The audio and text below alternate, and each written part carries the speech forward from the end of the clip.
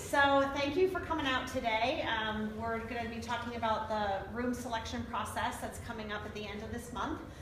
If I can just have a show of hands, how many of you are first year students? All right, sophomore? Junior? All right, but your first time going through the selection process? Like second time. Okay, all right, very good. It's good for me to have an idea of where people are coming from. There's 3 key points for you to take away from the presentation, and they are step 1, to select your roommates first.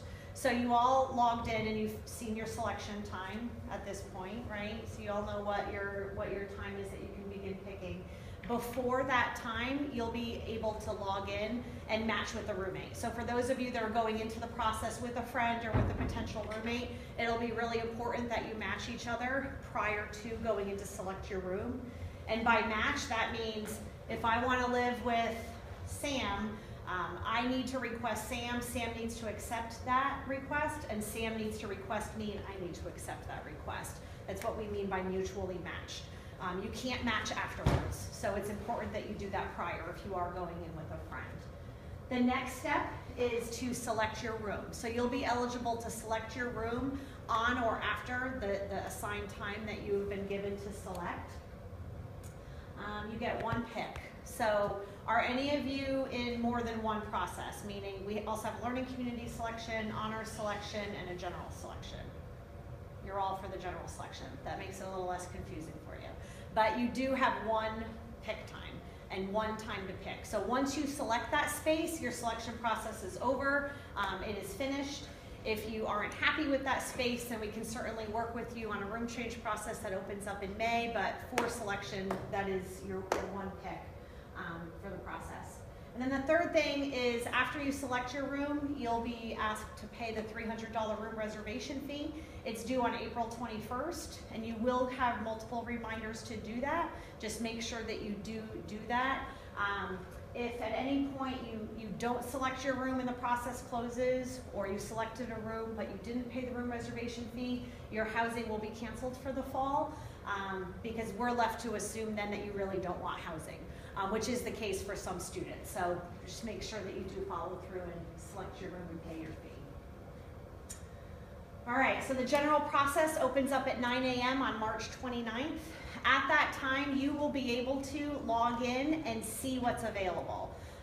So I would suggest that you begin to do that at least a day or 2 out from your actual pick time so that you can see what is going to be available for you during that process. You've already received your selection time. Are any of you following us on social media? Facebook, Twitter, Instagram? All right. And so you probably saw that we broke it on Saturday, that you're able to log in and see your selection time. We also do important tips and tricks and give updates through social media throughout the selection process, so it's good that you're tuned in and paying attention to that as well. The selection time that you received was based on how many earned credits you had going into the spring semester.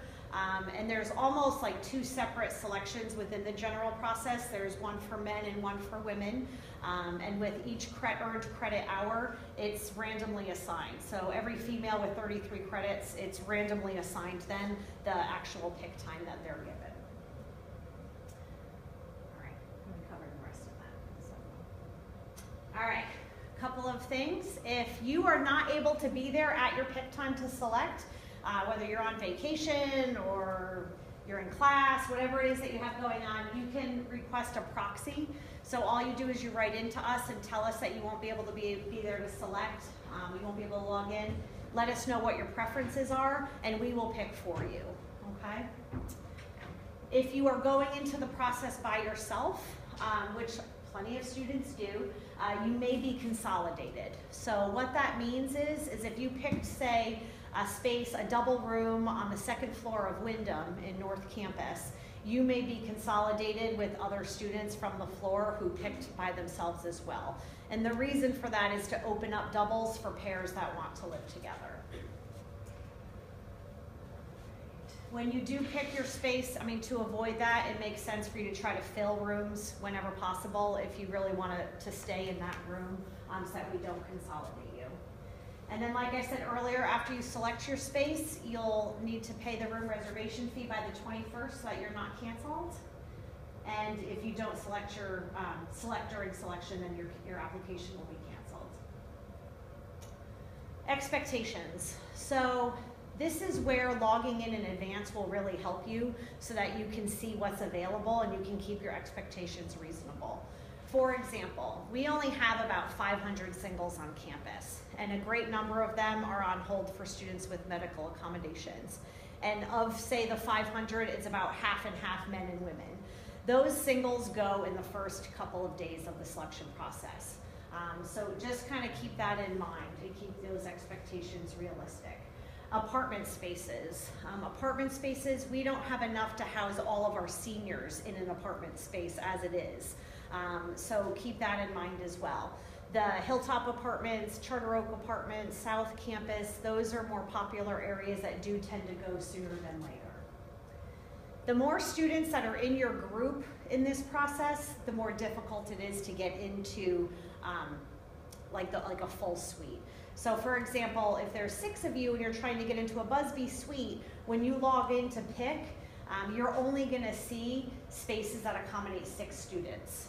If you log in and you don't see any, then you're gonna need to have some decisions made about who gets cut off from the group so that you can successfully go in and select. Definitely plan it out. Have a plan, have a backup plan, have another backup plan, just so that you and your friends, as you go into this process, pick where you want to live and who you want to live with.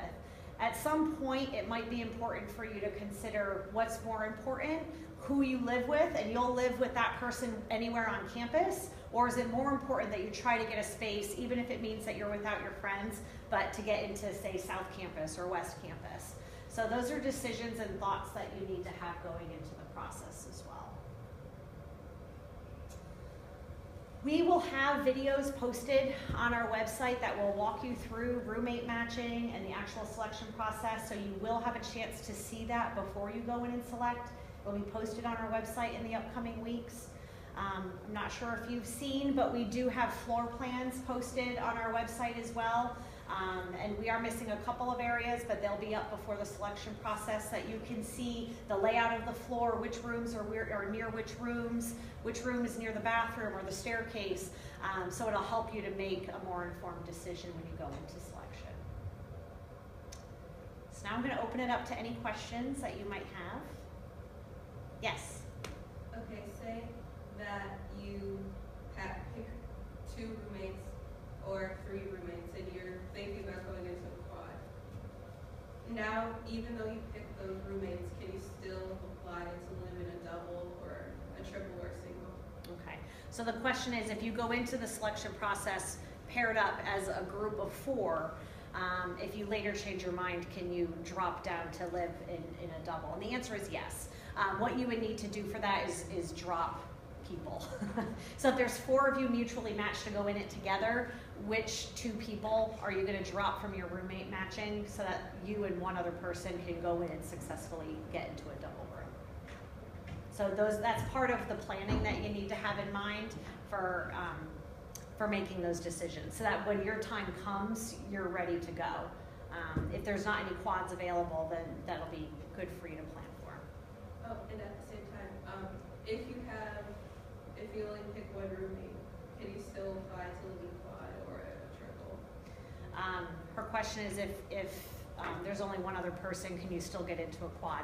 And the answer is yes. I mean, whatever is open to you at that time, you will see, while you won't be able to see spaces that you won't fit in, you will be able to see spaces that there would be open beds in the apartment or suite or quad. Any other questions? Yes? And can you, since you have floor plans, can you pick the specific room? So the question is, since we have the floor plans online, can you pick a specific room? The awesome thing about housing selection is you pick your space. So you know exactly what room, what floor, and exactly where the space is. You pick that. You're in charge. Unlike when you first came here and we assigned for you. This is where you're in control. Any other questions? Yes? Yeah, is there any way to know which rooms are male and female rooms before the thing starts? Okay. His question is, would he know what are male and female rooms before it starts? Once it opens up at 9 a.m. on the 29th, you will only see spaces that are open for male students. You wouldn't see any female students. The floor plans that are online aren't specific to gender. So you wouldn't see that then. You wouldn't see it until you log into My Housing and start poking around. Any other questions? All right, well, thank you all for coming.